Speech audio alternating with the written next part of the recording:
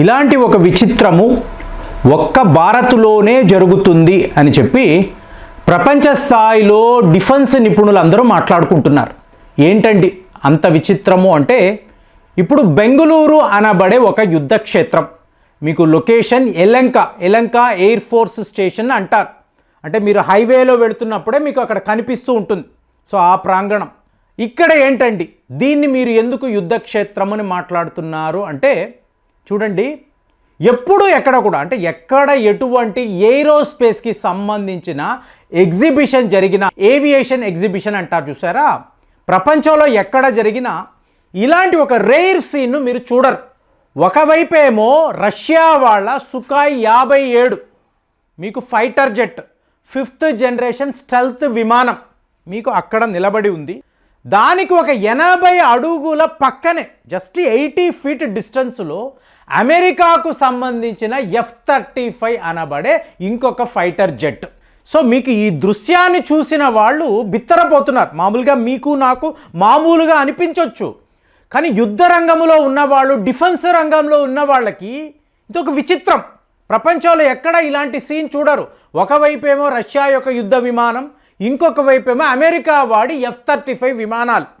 So ఏకంగా రెండిటిని వాళ్ళు పంపించారు. అలాగే B-1 అంటారు. B-1 అంటే ఏంటి, బాంబర్ 1. సో మామూలుగా ఈ బాంబర్ 1 అనబడే యుద్ధ విమానాన్ని మీకు ఎప్పుడు ఎక్కడా కూడా మీకు అమెరికా వాళ్ళు అమ్మరు. అలాంటిది దీనిని ఎందుకండి వీళ్ళు తీసుకువచ్చారు అంటే, వాళ్ళ పవర్ని చూపించడానికి, వాళ్ళ ఫైర్ పవర్ని చూపించడానికి. మా వద్ద B-1 లాంటి విమానాలు ఉన్నాయి అంటే ప్రపంచమంతా బిత్తరపోయి విమానాన్ని చూడడం. సో అలాంటి ఒక సిచ్యువేషన్ని వీళ్ళు క్రియేట్ చేశారు.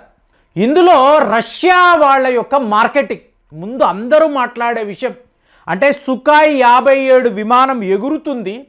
ఎగురుతున్నప్పుడు బ్యాక్గ్రౌండ్లో ఒక మ్యూజిక్ అంటే typical classical traditional Indian music గా మీకు ప్లే చేస్తున్నారు. అంటే చెప్పడం ఏంటి, ఇది ఒక ఫ్యూజన్. రష్యా వాళ్ళ యుద్ధ విమానాలు మీకు భారత్లో మీకు అమ్మకాలు జరగవచ్చు.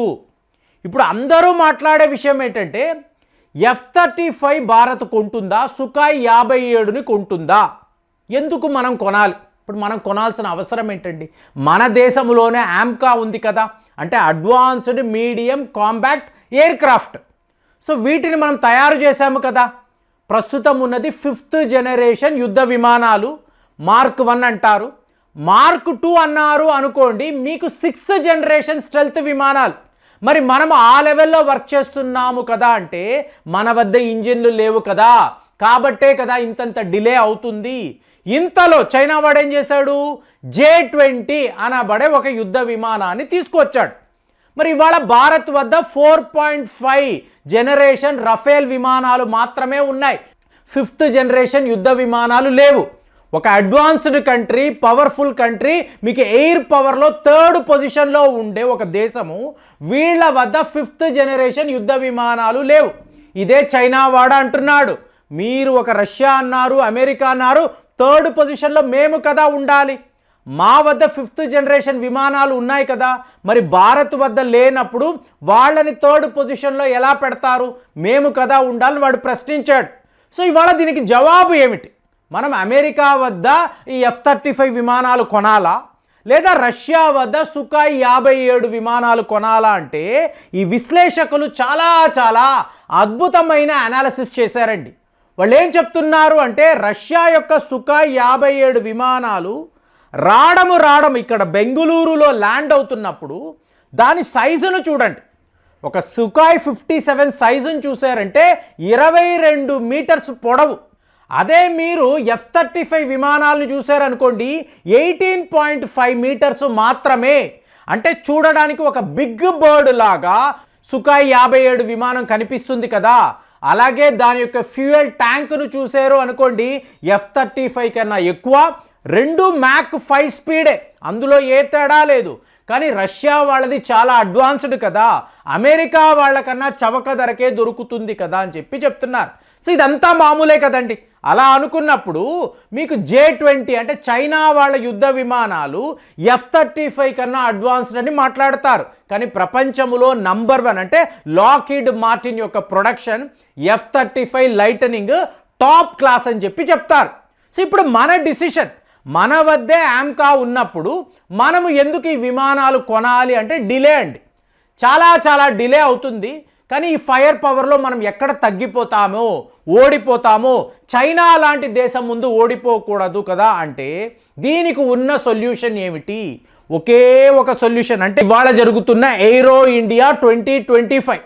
సో దీనికోసమే ప్రపంచములో ఉండే అత్యాధునికమైన ఆయుధాలు కలిగిన మీకు విమానాలు, ఇందులో ఎన్నో మిజైళ్ళు, మీకు బాంబర్స్తో సహా తీసుకొచ్చి ఇక్కడ ఇండియాలో పెట్టారంటే ఇండియా ఎంత పెద్ద మార్కెట్.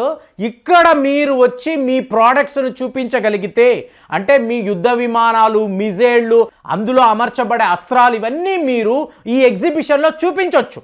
ప్రపంచంలో one of the biggest aviation exhibition, మన మినిస్ట్రీ ఆఫ్ డిఫెన్స్ దీన్ని కండక్ట్ చేస్తారు. సో దీనే డిఫెన్స్ ఎగ్జిబిషన్ ఆర్గనైజేషన్.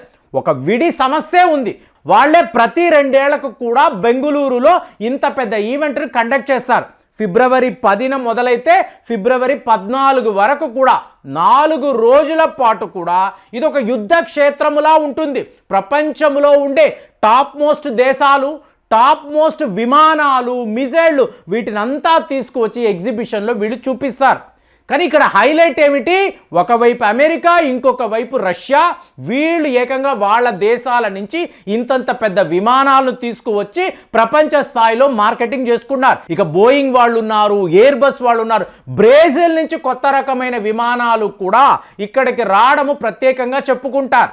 సో మళ్ళీ ఇదే ప్రశ్నకు వస్తున్నాం, మనం అమెరికా వాళ్ళ దగ్గర కొనాలా, రష్యా వాళ్ళ దగ్గర కొనాలా అంటే అమెరికా వాళ్ళ దగ్గర F-35 లైటనింగ్ అనబడే విమానం ఉంది, చూసారా? మీరు గమనించే, మామూలుగా వీళ్ళు ఎవరికి కూడా అమ్మరండి. వాళ్ళ మిత్ర దేశాలతో వీళ్లకు ఉండే ఈ ఫ్రెండ్షిప్ అనండి, పార్ట్నర్షిప్ అనండి, అలాగే బెదిరింపులు, బ్లాక్మెయిలింగ్ యాటిట్యూడ్. ఎందుకండి ఇలా అంటున్నారు అంటే ఒకే విషయం, సౌత్ కొరియాకు అమెరికా వాళ్ళు F-35 విమానాలు అమ్మారు.